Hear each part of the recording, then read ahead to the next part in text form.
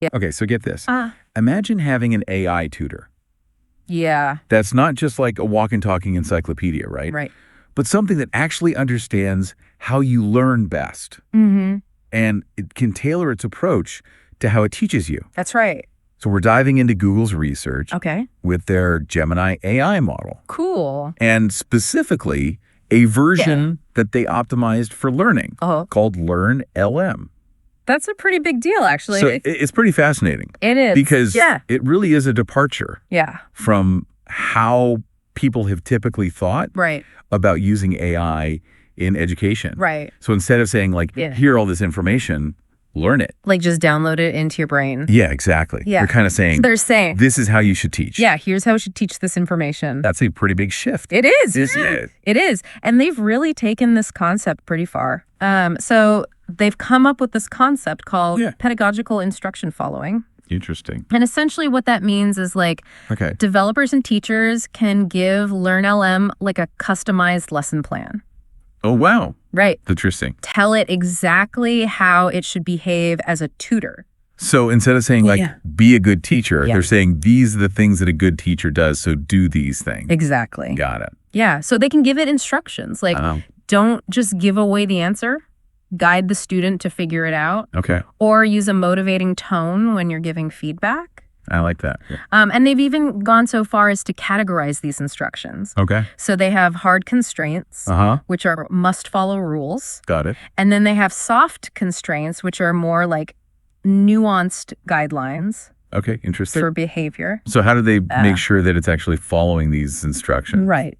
They just, like, lit it loose on a bunch of unsuspecting students? No, they didn't just unleash it into the wild. Okay, good. They did not. At least not yet. Not yet. At least not yet. Okay. But what they did was they developed this really rigorous 3-stage evaluation process. Got it.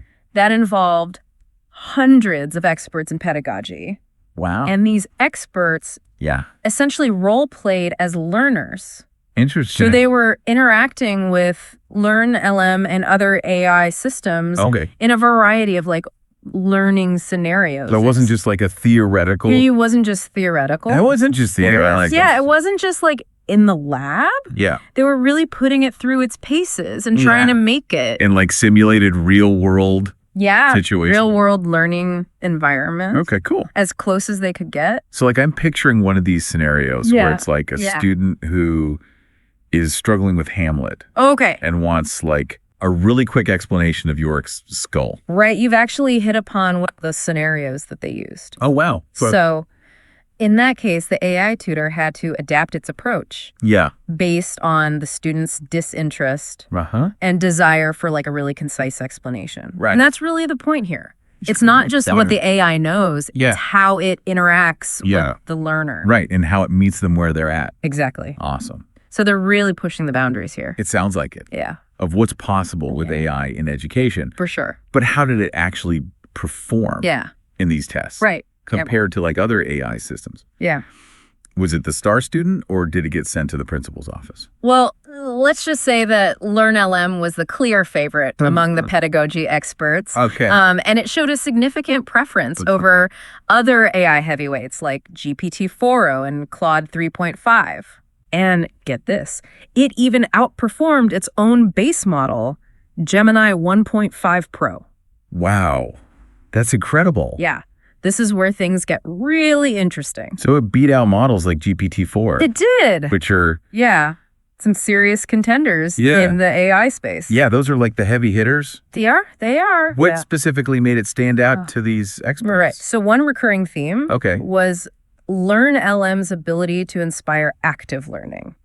Okay. So instead of just, like, feeding students information, it encouraged them to think critically. Yeah. Ask questions. Yeah. And, like, actively participate in the learning process. I like that. And this aligns perfectly with this whole pedagogical instruction following concept. Totally. Right? Because they're literally training the AI to behave like a good teacher.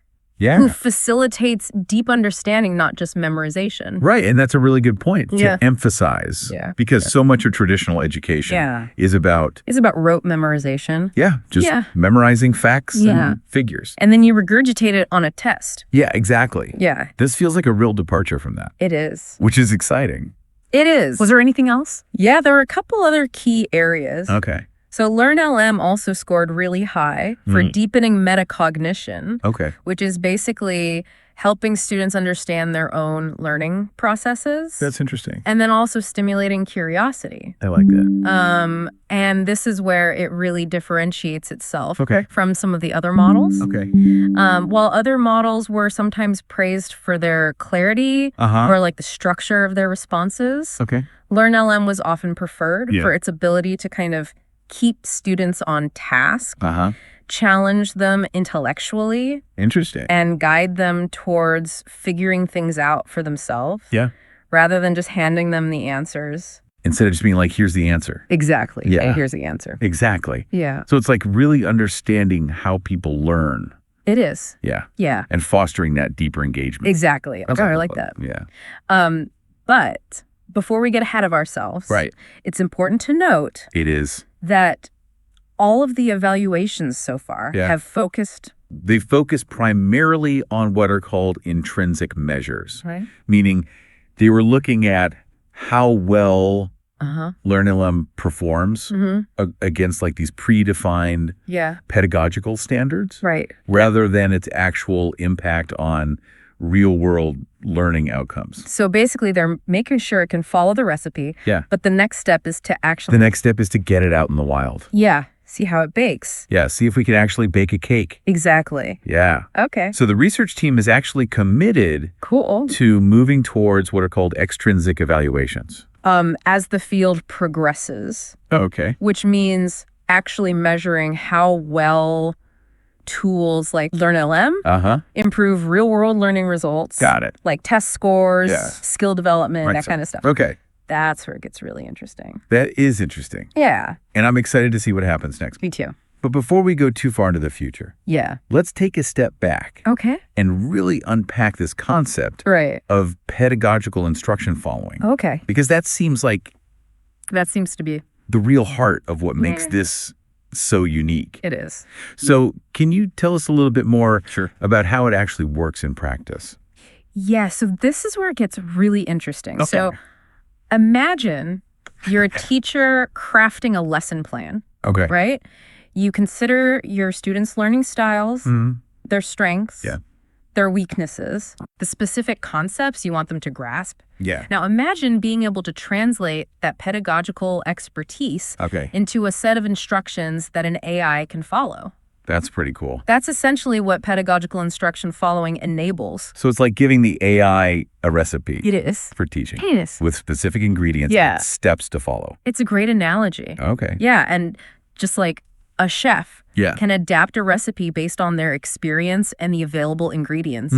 Developers and educators can fine-tune these instructions to create these highly personalized learning experiences. So for example, if you were teaching somebody how to code in Python, a traditional AI tutor might just they might just present the code. Present the code, explain the syntax. But with LearnLM, you could instruct it to say...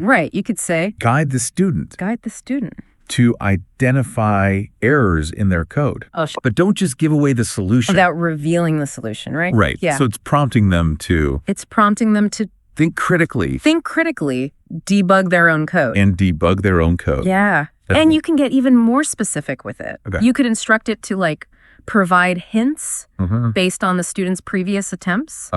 Or use encouraging language when they're struggling. I like that. Right. So you're essentially embedding pedagogical best practices into the AI's behavior. I'm starting to get it now. Yeah. It's not just about the AI's knowledge. It's not about the knowledge base. It's how it uses that knowledge. Just how it uses that knowledge. To guide the learning process.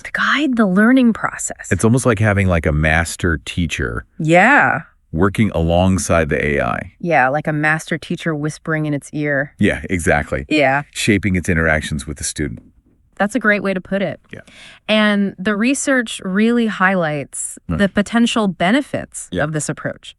So, for example, the pedagogy experts involved in the evaluation, they consistently rated LearnLM higher than other AI models in its ability to inspire active learning, deepen metacognition, and stimulate curiosity. And these are all qualities that we typically associate with like skilled human educators. Those are things that you can't really quantify. It's hard to put your finger on it, but you know it when you see it. Exactly.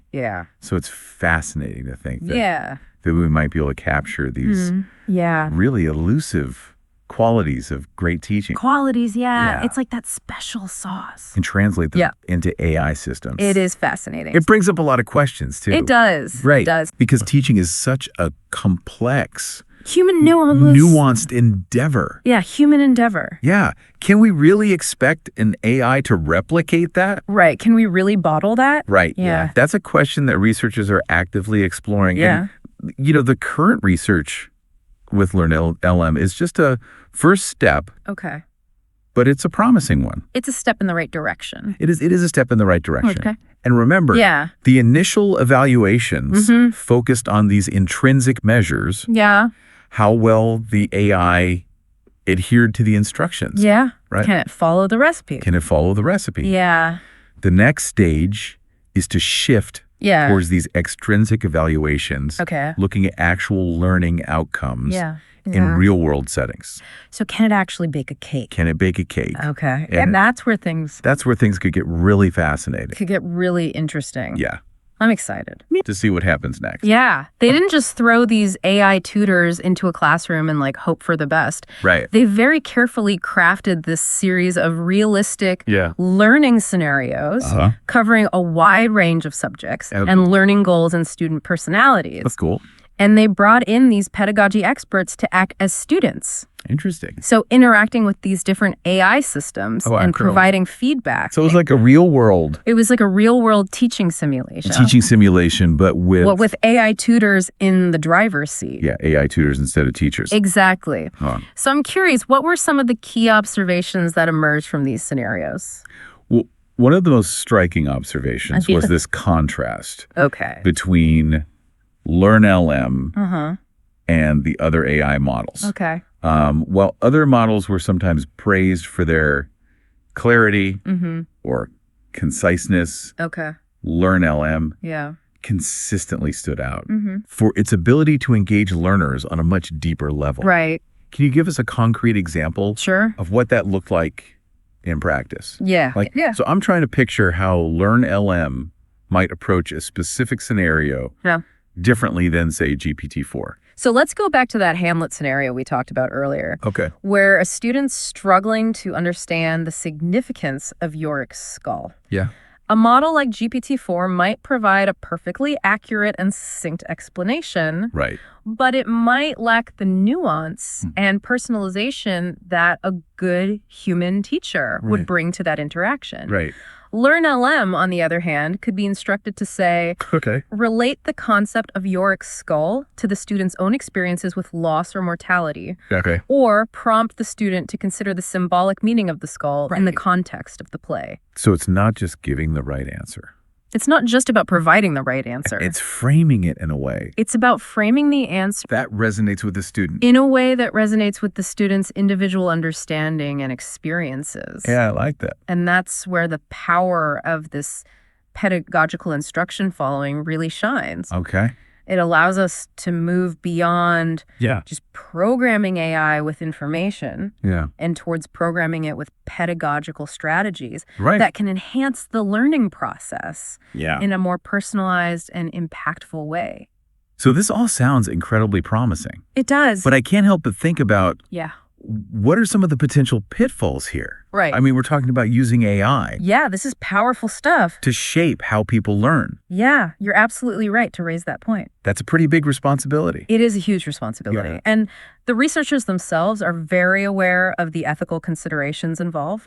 They're committed to working with educators and policymakers to ensure that AI tools like LearnLM are developed and deployed responsibly with a focus on equity, accessibility, and the well-being of all learners. It sounds like there's still a lot of work to do. There is a lot of work to do. Both in terms of the research itself and also just navigating these ethical complexities. Absolutely. The ethical considerations are huge, but it's also incredibly exciting. It is. See the potential of this technology to really transform how we learn and teach. It really is. Yeah. I think we've covered a lot of ground We have. in this deep dive. Yeah. And I'm walking away with a renewed sense of awe and curiosity I agree. about the possibilities of AI in education. I hope our listeners are feeling the same way. Yeah. The research with LearnLM is really just one example of the incredible innovation happening in this field. Totally. And it's a reminder that we're really just scratching the surface here of what's possible. So as we conclude this episode, I want to encourage all of our listeners to keep exploring. Keep questioning. Keep questioning. And keep imagining the future of learning. Keep imagining. Because the possibilities are truly limitless. They are. Yeah, it's really remarkable. It is. To think about the level of detail Yeah. that they went into with this research. Yeah, they really went above and beyond. It wasn't just a theoretical exercise. It was a full-blown simulation of real-world learning environments. Yeah, and that's where those pedagogy experts really came into play. Yeah, they weren't just passive observers. All right.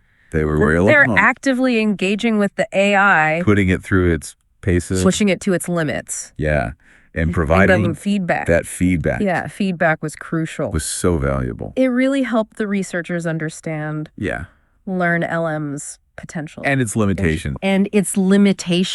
Exactly. Because we're still in the early stages. We're still in the early days. Of all this. Yeah. So these kinds of evaluations are so important. They are absolutely essential for guiding the path forward. It's almost like they were conducting a series of case studies. It is kind of like that. With each scenario revealing. Yeah, each scenario revealed new insights.